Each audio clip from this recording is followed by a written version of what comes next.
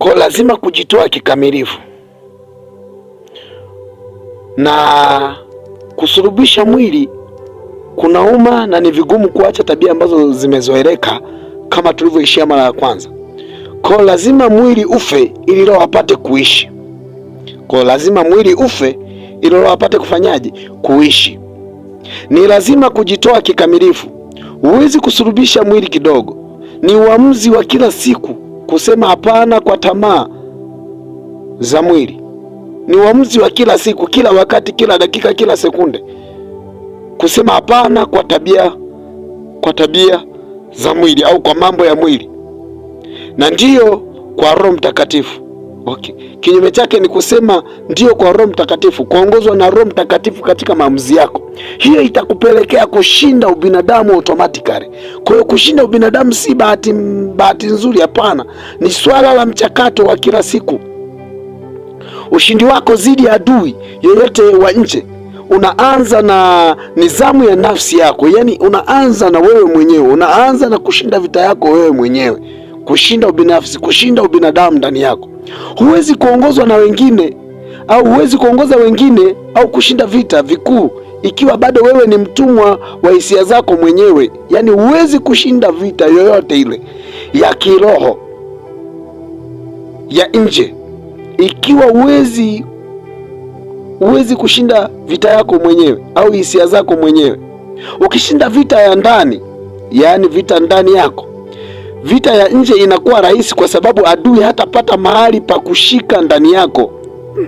Nisikilize mtu wa Mungu, huwezi kuongoza wengine au kushinda vita vikuu ikiwa bado wewe ni mtumwa wa hisia zako mwenyewe au ni mtumwa wa mwili wako mwenyewe. Ukishinda vita ya ndani yako, vita ya nje itakuwa rahisi, kwa sababu adui hatapata mahali pa kushika ndani yako, hatapata sehemu yake ndani yako wewe. Kwa hiyo nguvu ya kiroho haipimi kwa jinsi unavyoweza kupiga kelele dhidi ya mashetani. Jambo la ajabu hapa ni kwamba nguvu ya kiroho haipimi kwa namna unavyoweza kuomba, kukemea mapepo, kupiga kelele dhidi ya mashetani, kukemea uharibifu usitokee, bali kwa jinsi unavyoweza kunyamazisha sauti za tamaa zako ndani yako mwenyewe.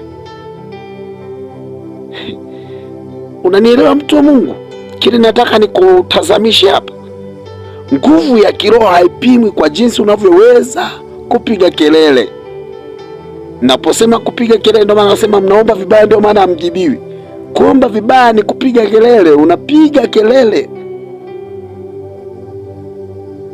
dhidi ya mashetani, dhidi ya mapepo, dhidi ya uchawi na uganga. Lakini anasema bali kwa jinsi unavyoweza kunyamazisha sauti ya tamaa zako mwenyewe, ndivyo unavyoweza kufanyaje? Kushinda vita binafsi. Shetani asione pa kushika ndani yako, ndio ushindi wako. Kushinda ubinadamu ni kiini cha ushindi kwa mtu mmoja mmoja, hata kwa kanisa zima katika ulimwengu, katika dunia hii ya watu wenye safari ya kwenda mbinguni. Katika ulimwengu wa roho, adui hatari zaidi si yule aliyeko nje. Katika ulimwengu wa roho, adui hatari zaidi si yule aliyeko nje, bali ni yule aliyekaa ndani yako, ndani ya ngozi yako, ndani ya mwanadamu, ndani yako wewe. Si yule atoka nje, bali ni yule aliyeko ndani yako wewe. Huu ndio mwanzo wa ushindi wa kweli. Unapogundua hii, huu ndio unakuwa ni mwanzo wa ushindi wako, kwa sababu huwezi kushindana na shetani ikiwa bado hujashinda wewe mwenyewe. Vita ya kanisa inaanza kwa kushinda binafsi. Inaanza kwa mtu mmoja mmoja kuwa mshindi. Kwa ni lazima kila mmoja akubali kuweka mimi wake msalabani. Yaani kuweka mimi wake msalabani ni Kiswahili nilichokitumia. Yaani ukubali yule mimi kufa msalabani. Manake inamaanisha mwili wako ufe. Utanielewa tu. tuone hili neno nasema, kwa maana kama mkiishi kwa kufuata mambo ya mwili.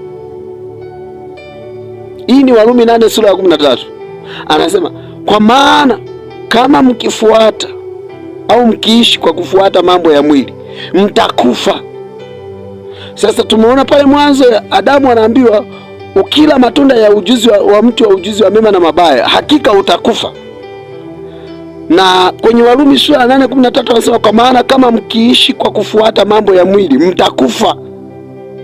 Ni kitu ambacho kinaendana. Ukifuata kutotii neno la Mungu, kwa sababu mwili unakupeleka kwenye kuishi nje ya kusudi la Mungu, lakini roho anakusaidia kuishi kwenye kusudi la Mungu.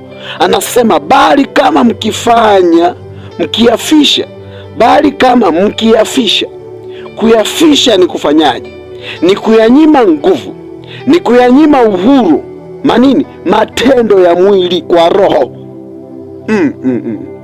Bali kama mkiafisha matendo ya mwili kwa roho mtaishi. Mtaishi. Mkiafisha matendo ya mwili kwa roho mtaishi. Manake roho anafisha, anayaua, anayazima, yanakosa nguvu ndani yako, unaishi. Lakini ukisoma Wagalatia sura ya 5:16 nasema hivi, basi nasema enendeni kwa roho wala hamtazitimiza kamwe tamaa za mwili. Umeona kwamba roho huyafisha matendo ya mwili. Unapoyaishi matendo ya mwili unakufa, unakuwa tayari upo gizani. Nisikilize, unaweza ukawa upo kanisani, unaweza ukawa ni mtumishi wa Mungu mzuri, lakini umekufa. Tunapozungumzia habari ya kufa kwa huduma fulani, kanisa fulani, mchungaji fulani, ukisha yaishi tu matendo ya mwili umekufa. Na ukombozi hapo bali ni kuyafisha matendo ya mwili kwa roho, ni kuenenda katika roho, kwa mtu wa maombi ya kufunga na kuomba, kusoma neno, kuishi katika kweli ya Mungu.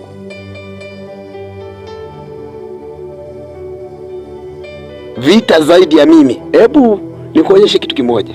Andika namba moja. Kipengele hiki ni muhimu sana. Vita zidi ya mimi. Vita kuu si zidi ya nguvu za giza pekee, bali ni zidi ya asili ya ubinadamu. Bali ni zidi ya asili ya ubinadamu inayotaka kutawala mapenzi ya Mungu. Asili ya ubinadamu inayotaka kutawala mapenzi ya nani? Mapenzi ya Mungu. Unakumbuka Hawa aliambiwa mtakuwa kama Mungu. Alipata tamaa ya kuwa kama Mungu, hakutosheka vile alivyo. Manake ukienenda katika mwili hutatosheka kwa vile ulivyo navyo, utatamani kuwa kama Mungu. Tamaa itaingia kwako. Tamaa ikiisha komaa huzaa dhambi, na dhambi huzaa mauti.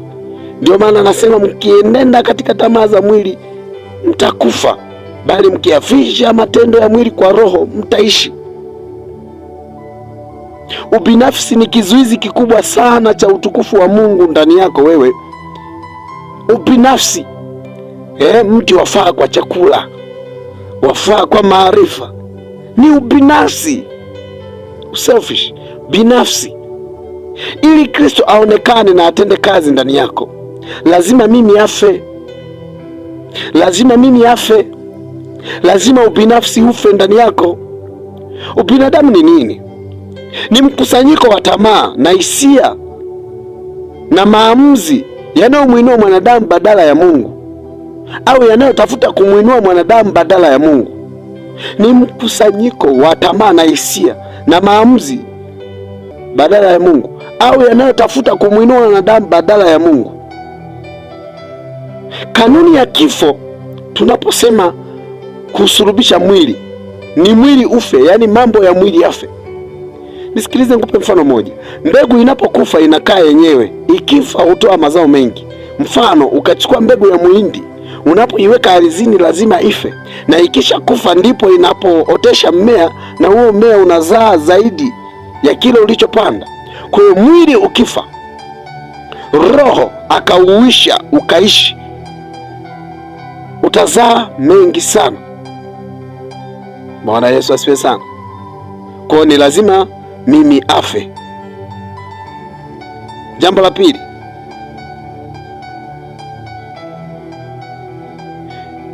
utaniambia nawezaje kushinda hii vita binafsi au kushinda ubinadamu ndani yangu?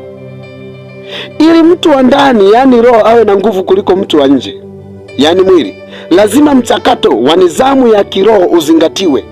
Ninapozungumzia nidhamu ya kiroho uzingatiwe, maana yake uwe ni mtu wa maombi, uwe ni mtu wa maombi ya kufunga na kuomba, uwe ni mtu wa kusoma neno, uwe ni mtu wa ibada, uwe mtakatifu.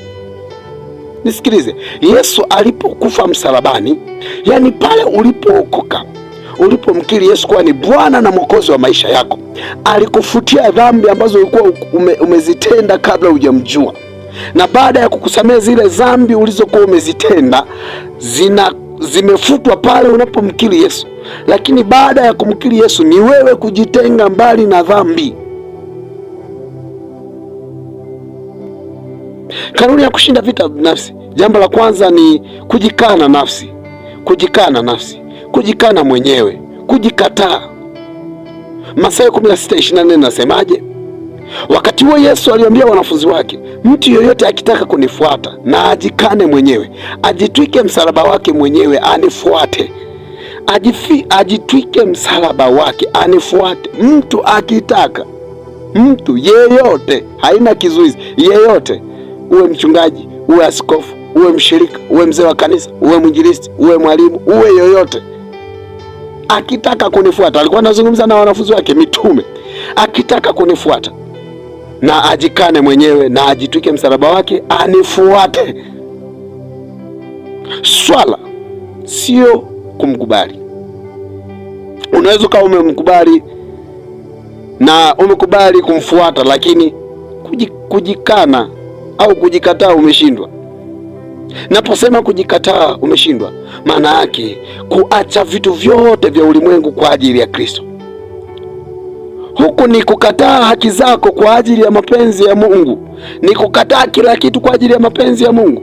Ni kusema hapana kwa tamaa za mwili, hata kama zinaonekana ni za halali na za manufaa kwako, kwa ajili ya Kristo. Jambo la pili, kufanya upya akili yako. Warumi sura ya 12 mstari wa 2 inasemaje? Wala msifuatishe namna ya dunia hii, bali mgeuzwe kwa kufanywa upya nia zenu, mpate kujua hakika mapenzi ya Mungu yaliyo mema, ya kumpendeza na ukamilifu. Sasa umeona hapa kugeuzwa, bali mgeuzwe kwa kufanywa upya nia zenu. Tunageuzwa namna gani? Ni kupitia neno la Mungu, ni kupitia mafundisho. Tunajuaje mapenzi ya Mungu yaliyo mema? Ni katika kuomba, ni katika ibada. Unaposikiliza maneno ya Mungu kama namna hiyo unasikia. Nisikilize, vita inapigwa kwenye fikra. Lazima ufahamu kwenye fikra, anasema kila fikra ipate kumtii Kristo. Lazima uondoe mfumo wa kidunia, uondoe mfumo wa kufikiri wa kidunia na kuingiza mfumo wa mbingu ndani yako, wa kufikiri wa kimbingu ndani yako. Kukaa kwenye neno la Mungu. Neno la Mungu si kitabu cha historia hadithi, ni chakula cha mtu wa ndani. Ni chakula cha mtu wa ndani, neno la Mungu. Mtu wa ndani hawezi kuwa na nguvu ikiwa ana njaa ya neno. Na nyakati hizi za mwisho watu kumekuwa na njaa ya neno, neno la kweli. Ninapozungumza neno, na maanisha neno la kweli lililobeba message ya Mungu, ambalo halijachanganywa na mambo ya kidunia. Nisikilize, kwa nini Yesu alikufa msalabani? Yesu alikufa msalabani ili turudishwe kwenye hali ya utukufu ambao Mungu alikwisha kutuumba, alitamani tuwe, kuturejesha kwenye nafasi, kutuweka kwenye enzi. Na kusudi la Mungu tupate uzima, tuishi milele kama yeye. maana alimuumba mwanadamu katika hali ya utukufu ya kuishi milele. Ndio maana anasema na tumfanye mtu kwa mfano wetu. Kwa mfano wetu. Mungu ni wa milele, na kama tuliumbwa kwa mfano wake, nasi ni wa milele. Umilele ulipotezwa pale bustanini ya Edeni, lakini kusudi la Yesu kufa ni kupata uzima wa milele. Neno ni chakula cha mtu wa ndani, na mtu wa ndani akikosa nguvu, mwili huwa na nguvu. Utaishi katika mambo ya mwili, hutaweza kufiisha mambo ya mwili. Neno ni chakula cha mtu wa ndani, yaani wewe hapo unayenisikia. Kuomba katika roho, jambo lingine ni kuomba katika roho. Kuomba katika roho ni muhimu, kuomba katika roho. Yuda 1:20 anasemaje? Inasema, bali ninyi wapenzi, mkijenga juu ya imani yenu iliyo takatifu sana na kuomba katika Roho Mtakatifu. Tukijenga imani yetu takatifu iliyo takatifu sana na kuomba katika nini? Katika Roho Mtakatifu. Maana maandiko yanatuonyesha kwa lazima kujenga juu ya imani takatifu sana. Maombi ya roho, ya rohoni yanavunja nguvu ya mwili. Maombi ya roho yanavunja nguvu ya mwili. Ndio wanasema roho, kuyafisha kwa roho. Kwa hiyo kuyafisha kwa roho, ukiomba katika roho, roho anayafisha mambo ya mwili na kumfanya mtu kuwa tayari kwa sauti ya Mungu tu. Jambo la tatu, vita dhidi ya kiburi na majivuno. Ukishinda kiburi na majivuno ndani yako. Kiburi ni silaha ya siri ya adui inayoweza kumwangusha hata shujaa aliyeshinda mapepo majini. Kiburi, nisikilize, kitu ambacho shetani alikosea ni kiburi. Alipotaka kujiinua juu ya Mungu, kilipeleka shushu. Kwa shetani anapoona ndani yako kiburi, my friend, huwezi kukwepa. Yaani huwezi kukwepa kwa namna yoyote. Yaani ni silaha ya siri sana kwa ajili yako. Kiburi ni mlango mpana unaomkaribisha adui bila wewe kujua. Kujihesabia haki. I'm perfect, nimekamilika, sihitaji chochote. Hicho ni kiburi. Huwezi kunyenyekea, kwa sababu Mungu anaangalia unyenyekevu. Na tutaenda kuona silaha za adui, tukutana hicho kitu kinyume cha kiburi. Ni mlango mpana ambao adui anaingia kwenye maisha ya mtu bila yeye hata kujua. Sasa Mungu wapinga wenye kiburi. Mungu wapinga wenye kiburi. Maandiko yanatupa onyo. Ukisoma Yakobo sura ya 4:6 nasema, Mungu wapinga wenye kiburi, bali huwapa neema wanyenyekevu. Kumbe shetani akiona unyenyekevu ndani yako huonekani, hawezi. Unyenyekevu. Watu wengi tulionao leo makanisani mwetu humu tunamwabudu, kiburi kimetawala, majivuno, mashindano. Anataka atumike amshinde fulani, anataka aimbe amshinde fulani, anataka ahubiri ashindane na fulani, anataka afanye kitu fulani apate umaarufu. Kumbuka, nimekwisha kukwambia mambo ya mwili ni mauti juu yako, haijalishi unaishi uko wapi. Kwa hiyo hatari ya kiburi, ikiwa Mungu anajipanga kupigana, yani naomba unielewe, mtu wa Mungu na Roho Mtakatifu aweze kusaidia unielewe. Hatari ya kiburi, ikiwa Mungu anajipanga kupigana na wewe kwa sababu ya kiburi chako. Ikiwa Mungu, yani Mungu hupigana na wenye kiburi, huwapiga wenye kiburi, huwapiga. Ukisoma Biblia, wengi walipigwa kwa sababu ya kiburi, walipotaka kujifananisha na Mungu, akiwepo adui shetani mwenyewe. Akipanga kupigana na wewe kwa sababu ya kiburi chako, hakuna madhabahu wala maombi ya vita yatakayo kukomboa. Kiburi kinamfanya mwanadamu ajione kuwa ndiye chanzo cha mafanikio yake, ndiye chanzo cha huduma yake kuwa kubwa, ndiye chanzo cha kuwa na kanisa kubwa, ajione yeye ni juu ya kila kitu. Hicho ni kiburi. Haijalishi wewe ni nani, uwe askofu, uwe mchungaji, uwe mwinjilisti.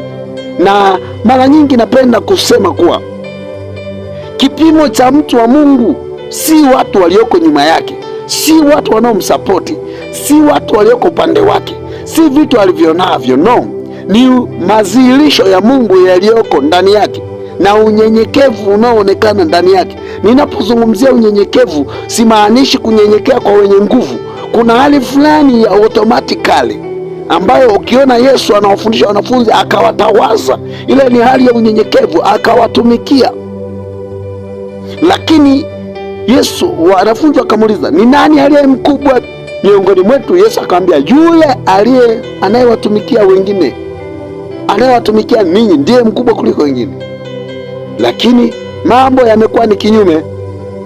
Jitafakari mahali ulipo na namna unavyokwenda.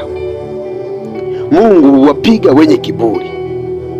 Dawa ya kiburi ni unyenyekevu wa dhati. Dawa ya kiburi ni unyenyekevu wa dhati, kutambua kuwa bila Mungu wewe si chochote, wewe ni mavumbi tu. Unahitaji pumzi ya uhai, yaani neno la Mungu ndani yako, ili wewe kuendelea kusurvive na kutembea na kuliishia kusudi la Mungu mpaka ujio wa Yesu wa mara ya pili. Vita dhidi ya kiburi ni vita ya kifo cha nafsi, kila siku, kila dakika, kila sekunde. Ni kifo cha kila wakati, kila nyakati, kila dakika, kwa sababu maandiko yanasema Shetani akamjaribu Yesu, akamjaribu, akamwacha, akaenda zake. Haimaanishi aliishia pale. Unapomshinda kwenye moja, anakuacha, anakutafuta kwenye mbili. Unapomshinda kwenye la pili, anakuacha, anakutafuta kwenye lingine. Kwa mitego haitaacha kuja. Ushindi wako unategemea kufa katika mwili, ubinadamu ufe, kufa katika Kristo na kufufuka katika Kristo. Yesu alikufa na akafufuka. Alifufuka ili tuwe na ushindi, tushinde. Tunaposhinda ubinadamu wetu, tunakuwa vyombo safi ambavyo Mungu anaweza kuvitumia kuleta mapinduzi ya kiroho katika dunia. Tunakuwa vyombo, tunakuwa silaha ambazo Mungu anaweza kuzitumia kupindua, kufanya mapinduzi katika ulimwengu wa roho duniani.